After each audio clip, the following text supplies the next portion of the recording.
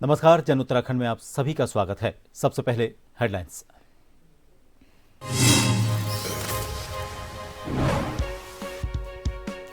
मुख्यमंत्री पुष्कर सिंह धामी का बैजनाथ बागेश्वर दौरा, प्रबुद्धजन, खिलाड़ियों और विभिन्न संगठनों के पदाधिकारियों से किया संवाद।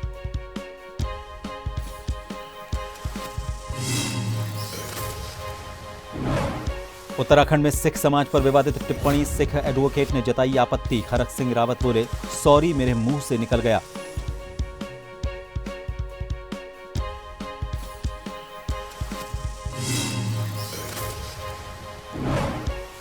उत्तराखंड में सिडकुल टेंडर पर विवाद, कांग्रेस नेता का आरोप, जीएम ने परिवार की कंपनी को बिना निविदा दिए कराया लाखों का काम, जीएम पर लाभ पहुंचाने का आरोप।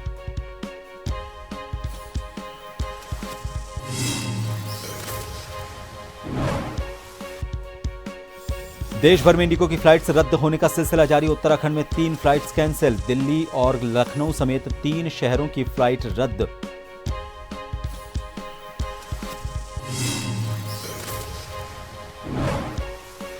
और उत्तराखंड में पाला गिरा, नदी और नाले जमे, केदारनाथ में तापमान -14 डिग्री सेल्सियस, कल से बदलेगा मौसम, मैदानी इलाकों में धुंध।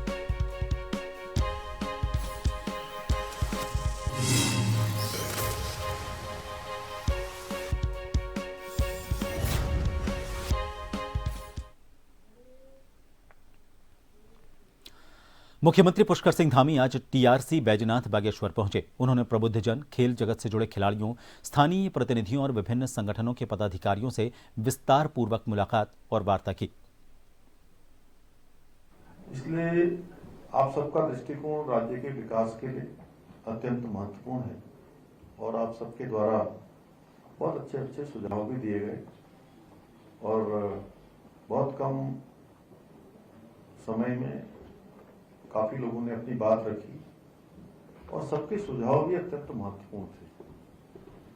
जो आपने सुझाव दिए हैं उन सभी सुझावों पर हम लोग काम करेंगे और इसीलिए ये बैठक हमने रखी भी है कि भाई सारे सुझाव आए, क्योंकि आप सब लोग ग्राउंड जीरो पर काम करते हैं और ग्राउंड जीरो पर किस प्रकार की आवश्यकता है, वहां पर प्रशासन है, शासन है, सरकार है, वो किस प्रकार से आपकी मदद कर सकती है और आप सब लोग इसमें सरकार और जनता के बीच में भी एक सेतु का काम कर सकते हैं। उत्तराखंड की राजनीति में एक बार फिर जुबानी जंग तेज हो गई है। बीजेपी प्रदेश अध्यक्ष महेंद्र भट्ट ने पूर्व मंत्री हरक सिंह रावत पर तीखा बयान देते हुए कहा कि उनकी राजनीतिक अस्थिरता किसी बाहरी कारण से नहीं बल्कि उनकी कुंडली के दोष से जुड़ी है। भट्ट ने तंज कसते हुए कहा कि हरक सिंह विभिन्न दलों में जाते रहे हैं, लेकिन किसी भी पार्टी में उनकी जन्मपत्री नहीं जुड़ती। यही कारण है कि वे कहीं नहीं टिक पाते।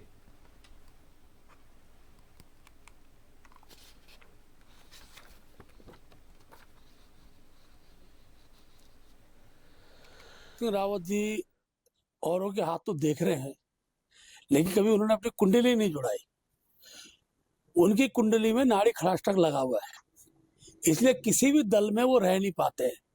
कभी बसपा में जाते हैं, कभी सपा में जाते हैं, तो सपा में जन्मपत्री नहीं जुड़ती, बसपा में जन्मपत्री नहीं जुड़ती, बीजेपी में जुड़ी नहीं, इसलिए पार्टी भी से बाहर हो गए। और कांग्रेस में भी उनकी जन्मपत्री जुड़ने वाली नहीं है। नाड़ी खड़ाष्टक बड़ा दोष होता है और वही दोष जो है उनको कहीं टिकने नहीं देता है।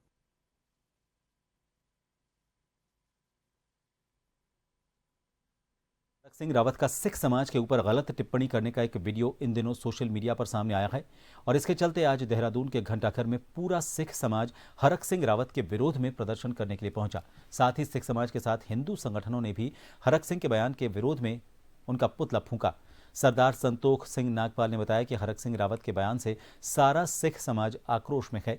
जब तक हरक सिंह रावत सार्वजनिक रूप से माफी नहीं मांगेंगे तब तक यह आक्रोश जारी रहेगा।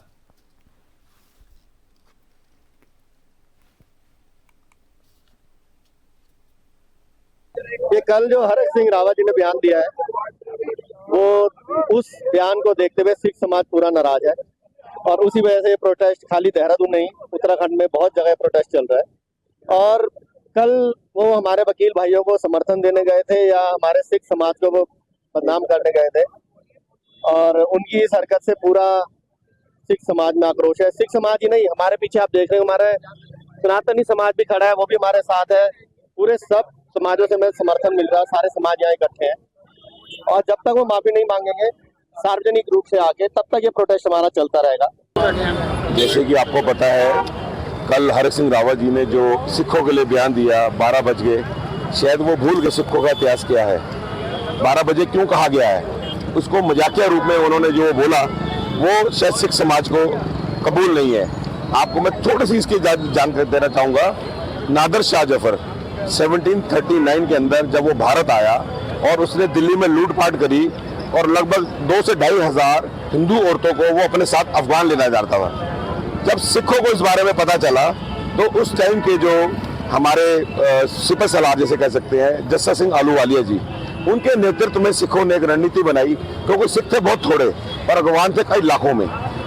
जहां उनका कैंप लगा था, उन्होंने योजना के तहत कि 12 बजे हम लोग जब वो खा पी के सो रहे होंगे तब हम हमला करेंगे चारों तरफ से और जो हमारी हिंदू बहन बेटियां हैं उनको हम छुड़ाएंगे। उन्होंने इसके तहत हमला किया। वहां से लगभग 2200 के आसपास उन्होंने हिंदू बहनों को वहां से छुड़ाया। जो मैंने आपको इतिहास बताया वो इसका ये इतिहास है, पर इसको मजाकिया रूप में लेना, जो कल हरक सिंह जी ने जो हरकत करी वो एक्सेप्टेबल नहीं है। पूरा सिख समाज, खाली देहरादून नहीं, पूरा उत्तराखंड, पूरा हिंदुस्तान, ये पूरे हिंदुस्तान में फैल चुकी है और हरक सिंह रावत को सार्वजनिक आगे से मार्क्सिस्ट कौम से माफी मांगनी पड़ेगी। देहरादून में हरक सिंह रावत द्वारा सिख समाज पर की गई टिप्पणी के बाद राजनीतिक हलचल तेज हो गई है। बीजेपी प्रदेश प्रवक्ता कुंवर जपेंद्र सिंह ने कांग्रेस और हरक सिंह रावत दोनों पर कड़ा प्रहार किया। उन्होंने कहा कि हरक सिंह रावत की अमर्यादित भाषा और व्यवहार कोई नई बात नहीं है। कांग्रेस की विचारधारा और उसके दोहरे रवैये का परिणाम है कि आज तक पार्टी ने इस शर्मनाक टिप्पणी पर कोई कार्रवाई नहीं की। बीजेपी प्रवक्ता का कहना है कि सिख समाज पर इस तरह की टिप्पणी न केवल अपमानजनक है बल्कि पूरे उत्तराखंड और देश के लिए भी शर्म की बात है।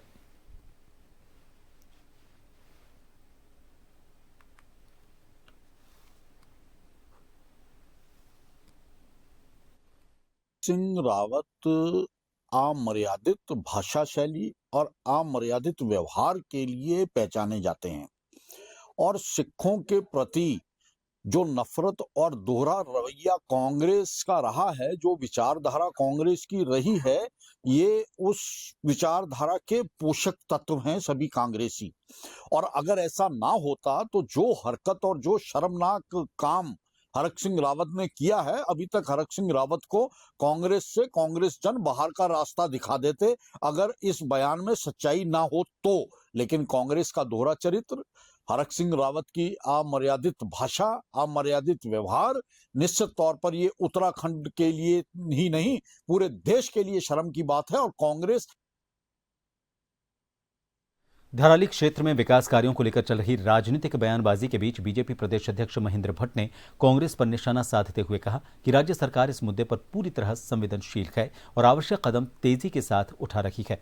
उन्होंने बताया कि केंद्र सरकार द्वारा राज्य को भेजे गए प्रस्तावों में से 1200 करोड़ रुपए की धनराशि पहले ही स्वीकृत हो चुकी है, जबकि बाकी प्रस्तावों के अनुमोदन के बाद और राशि मिलने की संभावना है। भट्ट ने कहा कि धराली के लिए व्यापक कार्य योजना तैयार की गई है, जो जल्द ही जमीन पर दिखाई देगी।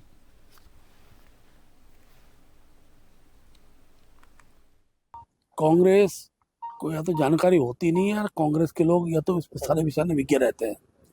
सरकार धराली के विषय को लेकर पूरी तरह संवेदनशील है।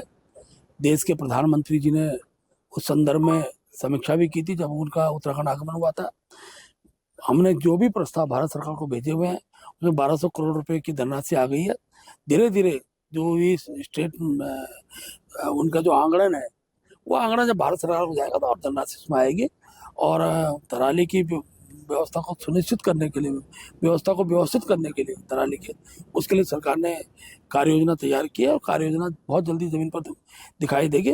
कांग्रेस के नेताओं को इतने दिन के बाद अगर धराली याद आ रहा है तो अपोजिशन के नाते मैं कह सकता हूँ उनको सुझाव देने का अधिकार है, उन्हें सुझाव दें, लेकिन कम से कम धराली पर राजनीति न करें।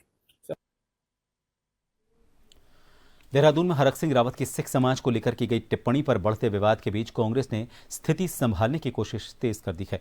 प्रदेश कांग्रेस अध्यक्ष गणेश गोदियाल ने साफ कहा कि सिख समुदाय ने सनातन धर्म और राष्ट्र की रक्षा के लिए जो बलिदान दिए, उनके प्रति पार्टी की गहरी श्रद्धा है।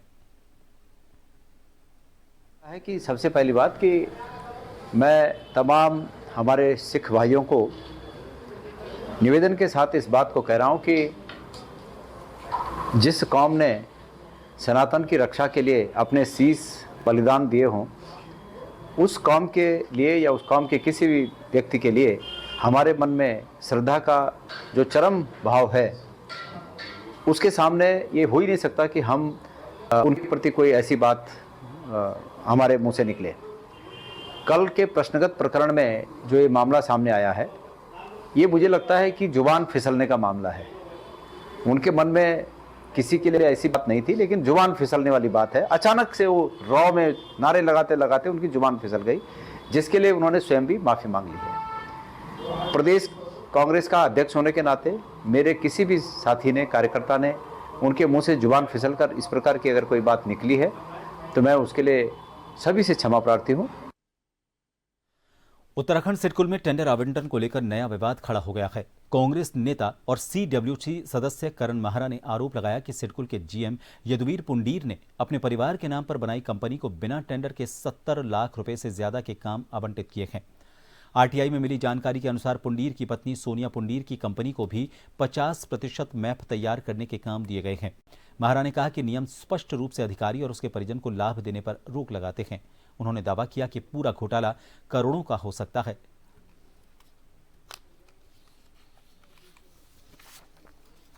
बिना टेंडर के अगर कोई काम होना है तो उसमें जो लोग उसमें प्रतिभा कर सकते हैं, एक तो लोकल के होने चाहिए, और दूसरा उसमें कानून ये है कि 25,000 से अधिक और 2.5 लाख से कम के जो काम हैं वही केवल इसमें लिए जा सकते हैं। और यहाँ यदुवीर सिंह जी के विरुद्ध जब उन्होंने बहुत ज़्यादा इस तरीके के इन्वॉल्वमेंट के काम किए तो एक लव जी जो हैं उन्होंने सूचना के अधिकार पर कुछ कागज़ लगाए, उसमें बहुत गंभीर चीज़ें सामने निकल के आई, जिसकी शिकायत मुख्य सचिव से लेके इंडस्ट्रियल सचिव पांडे जी से लेकर मुख्यमंत्री पोर्टल तक उन्होंने शिकायतें की।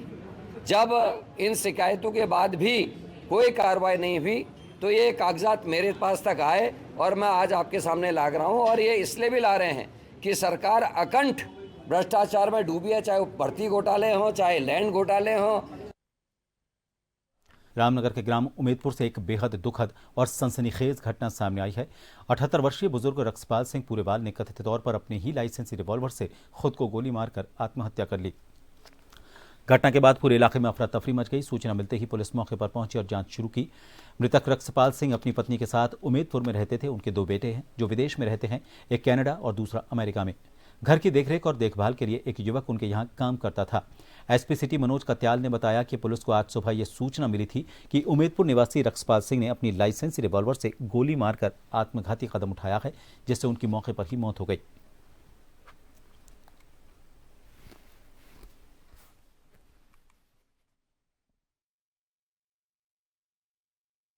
सूचना प्राप्त हुई थी जो उमेदपुर गांव है, वहां पर एक रक्षपाल नाम के व्यक्ति हैं जिनकी एज 78 ईयर्स है। उनके द्वारा अपना जो लाइसेंसी वेपन है उससे उन्होंने एक आत्मघाती कदम उठाया है, जिसमें उनकी मृत्यु हो गई है। अभी फिलहाल इसमें पंचायतनामा और पोस्टमार्टम की कार्रवाई की जा रही है। FSL यूनिट को भी हमने बुलाया है एविडेंस कलेक्शन के लिए, और जो उनके कारण हैं सुसाइड के उसकी अभी जाँच की जाएगी इसमें, और जो भी इसमें फैक्ट्स आते हैं उसके हिसाब से इसमें अग्रिम कार्रवाई की जाएगी। उत्तराखंड में चारधाम यात्रा के समापन के साथ ही अब चारधाम के शीतकालीन गद्दी स्थलों में पूजा अर्चना की शुरुआत हो चुकी है। प्रधानमंत्री नरेंद्र मोदी के विजन और मुख्यमंत्री पुष्कर सिंह धामी के निर्देशों के अनुरूप शीतकालीन यात्रा को लेकर प्रशासन ने तैयारियां तेज कर दी हैं। राज्य के विभिन्न जनपदों में ऐसे कई प्रसिद्ध मंदिर हैं जहां वर्ष भर श्रद्धालु दर्शन का लाभ ले सकते हैं। इन्हीं में चमोली ऊखीमठ मार्ग पर संतानदायिनी अनसुईया माता मंदिर शामिल है। गोपेश्वर से 8 किलोमीटर सड़क और 5 किलोमीटर पैदल दूरी तय कर यहां पहुंचा जाता है। निर्जन जंगलों के बीच यह मंदिर दत्तात्रेय पर्व पर आयोजित होने वाले 2 दिवसीय मेले के लिए विशेष रूप से प्रसिद्ध है, जहां निसंतान दंपति संतान प्राप्ति के लिए मनोकामना लेकर आते हैं। चमोली जनपद के चीन सीमा क्षेत्रीय नीति घाटी में बाबा बर्फानी की गुफा शीतकालीन दर्शन का प्रमुख केंद्र है। निकटतम जौलीग्रांट हवाई अड्डे से यहां की दूरी लगभग 354 किलोमीटर है। जोशीमठ से मलारी हाईवे होते हुए नीति गांव पहुंचकर 2 किलोमीटर पैदल मार्ग से गुफा तक पहुंचा जाता है। विश्व प्रसिद्ध औली भी शीतकालीन पर्यटन का मुख्य आकर्षण केंद्र है। ज्योतिर्मठ ब्लॉक मुख्यालय से 12 किलोमीटर दूरी पर स्थित औली में विश्व स्तरीय स्कीइंग स्लोप और उसके साथ ही प्राकृतिक सौंदर्य का अनूठा संगम देखने को मिलता है, जहां हर साल शीतकालीन खेलों का आयोजन होता है। बद्रीनाथ हाईवे पर ऋषिकेश से 260 किलोमीटर दूर ज्योतिर्मठ में शीतकाल के दौरान बर्फबारी का आनंद लेने के साथ ही श्रद्धालु नृसिंह मंदिर, आदिगुरु शंकराचार्य की गद्दी, नवदुर्गा मंदिर और उत्तरामनाय मठ के दर्शन कर सकते हैं। नगर के समीप आणी मठ में वृद्ध बद्री मंदिर भी है। बद्रीनाथ राष्ट्रीय राजमार्ग पर स्थित पांडुकेश्वर गांव, जिसे पांडु नगरी के नाम से भी जाना जाता है, धार्मिक और पुरातात्विक रूप से महत्वपूर्ण स्थल है। बद्रीनाथ धाम के कपाट बंद होने के बाद भगवान कुबेर और भगवान उद्धव की शीतकालीन पूजाएं यहीं संपन्न होती हैं। गांव में कई प्राचीन और रहस्यमयी देवी देवताओं के मंदिर भी मौजूद हैं, जो श्रद्धालुओं को आकर्षित करते हैं। शीतकालीन यात्रा की यह श्रृंखला पर्यटन और धार्मिक भावनाओं को नई ऊर्जा प्रदान कर रही है और स्थानीय लोगों को रोजगार के अवसर भी उपलब्ध करवा रही है।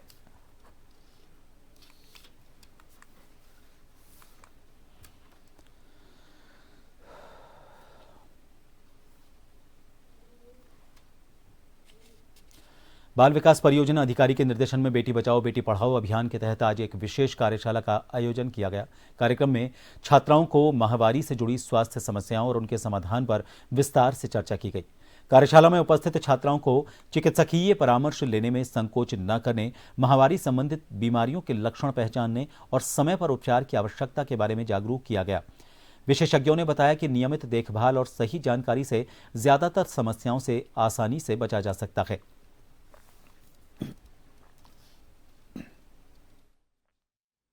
आज हम लोग बेटी बचाओ बेटी पढ़ाओ योजना के अंतर्गत स्वस्थ बेटी उज्जवल भविष्य कार्यक्रम कर रहे हैं लालकुआं में। यहाँ पर हमने जो किशोरी बालिकाएं हैं, इनको बालिकाओं में माहवारी व उससे संबंधित जो भी बीमारियां हैं या जो भी परेशानियां उन बालिकाओं को हैं, उससे संबंधित एक वर्कशॉप टाइप हमने रखी है। यहाँ पर हमारे साथ डॉक्टर साहब हैं जो बालिकाओं की समस्याओं का समाधान करेंगे। हम करते रहते हैं बेटी बचाओ जो केंद्र पोषित योजना है उसके अंतर्गत ये कार्यक्रम होते रहते हैं। और आज हमारा एक कार्यक्रम और है, इसमें समान नागरिक संहिता यूसीसी के संबंध में, जिसमें हमने महिलाओं को बुलाया है और उस पर हम उनको जानकारी देंगे कि यूसीसी क्या है और इसकी क्या महत्व है। लंबे समय से रामनगर हल्द्वानी मार्ग पर कोसी बैराज के पास लोगों के आकर्षण का केंद्र बने सांभर हिरण को आज वन विभाग की टीम ने सुरक्षित रूप से रेस्क्यू कर लिया। सड़क के किनारे विचरण कर रहे इस वन्यजीव के साथ बड़ी संख्या में पर्यटक और राहगीर सेल्फी ले रहे थे। कई लोग उसे बिस्किट और अन्य अनुपयुक्त खाद्य पदार्थ भी खिला रहे थे। इससे उसकी सेहत को गंभीर खतरा पैदा हो गया था। हिरण के आसपास भीड़ जुटने के कारण रास्ते पर कई बार जाम जैसे हालात भी बन रहे थे। इससे आमजन और वन्यजीव दोनों की सुरक्षा प्रभावित हो रही थी। हालात को देखते हुए सीएफ के आदेश पर और डॉक्टर साकेत बड़ोला के निर्देशानुसार रामनगर वन विभाग ने आज विशेष अभियान चलाकर सांभर हिरण को सफलतापूर्वक रेस्क्यू किया। रामनगर वन प्रभाग के रेंज अधिकारी शेखर तिवारी ने बताया कि वन्यजीव और लोगों की सुरक्षा सर्वोपरि है, इसलिए विभाग ने तत्काल कार्रवाई करते हुए सांभर को सुरक्षित जगह पर पहुंचाया।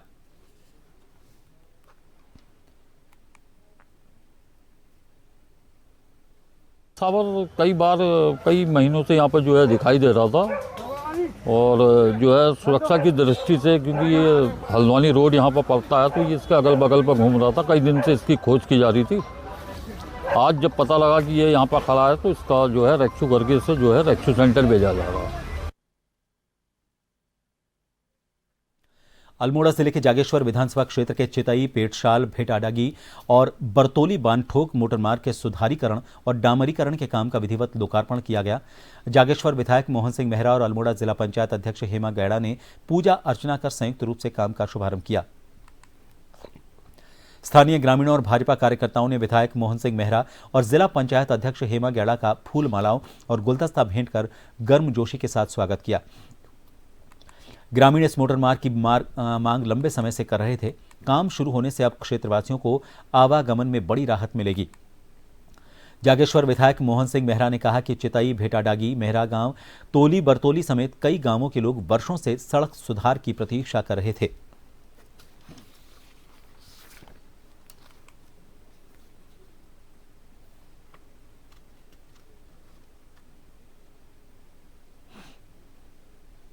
आज हमने शिलान्यास किया। प्रथम रोड उसमें हमारी चितई, भेटा, डांगी, बबनसवाल, महरा गाँव और लंबे समय से 25 साल से बहुत बुरे हाल हो गए थे। आज मैं पुष्कर सिंह धामी जी को बहुत बहुत धन्यवाद देना चाहता हूँ। बहुत बड़ी मुझे खुशी होती है कि पुष्कर सिंह धामी ने हमारे उन रोडों के लिए पैसा दिया जो रोड वर्षों से हमारी नहीं बन रही थी।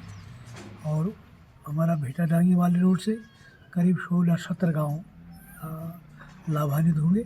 उस रोड को बनने से हमारे विकासखंड को बहुत बड़ा फायदा हुआ। दोबारा फिर पुष्कर सिंह धामी जी को बहुत बहुत धन्यवाद देना चाहता हूँ। दूसरी रोड हमारी तोली बरतौली की है और ये रोड भी लंबे समय से बहुत ख़राब स्थिति में थी। इसके लिए भी मैं पुष्कर सिंह धामी को धन्यवाद देना चाहता हूँ। और इस रोड का भी हमने आज शिलान्यास किया और इस रोड से भी हमारा कम से कम आधा विकासखंड के गाँव के लोग जीतेंगे।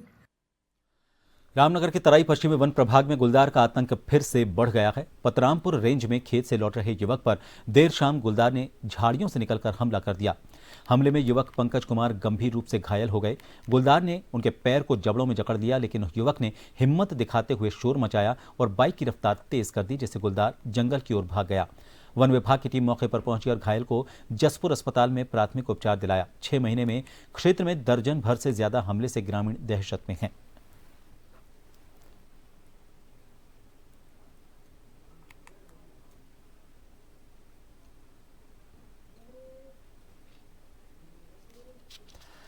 विकासनगर तहसील परिसर इन दिनों गंभीर अव्यवस्थाओं का सामना कर रहा है। मुख्य गेट से लेकर कार्यालय के भीतर तक पानी भरने से आम जनता, विशेषकर महिलाओं और बुजुर्गों को भारी परेशानी झेलनी पड़ रही है।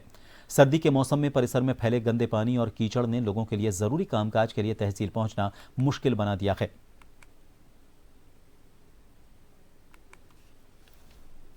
तहसीली सुरक्षित नहीं है तो और विभागों का क्या हाल होगा।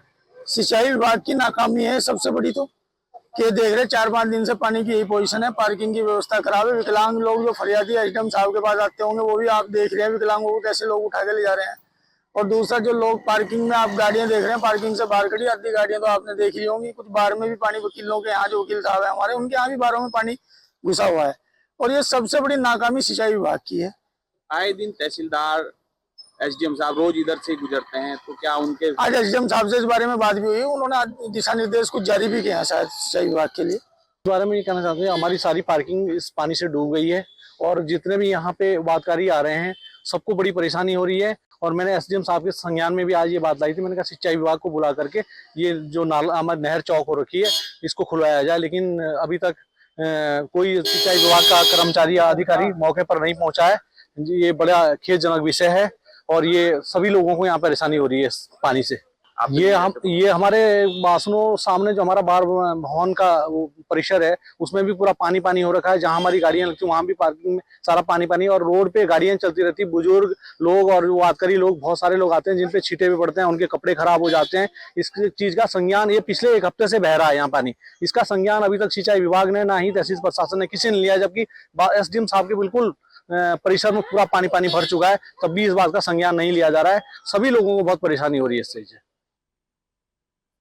इतना ही, नमस्कार।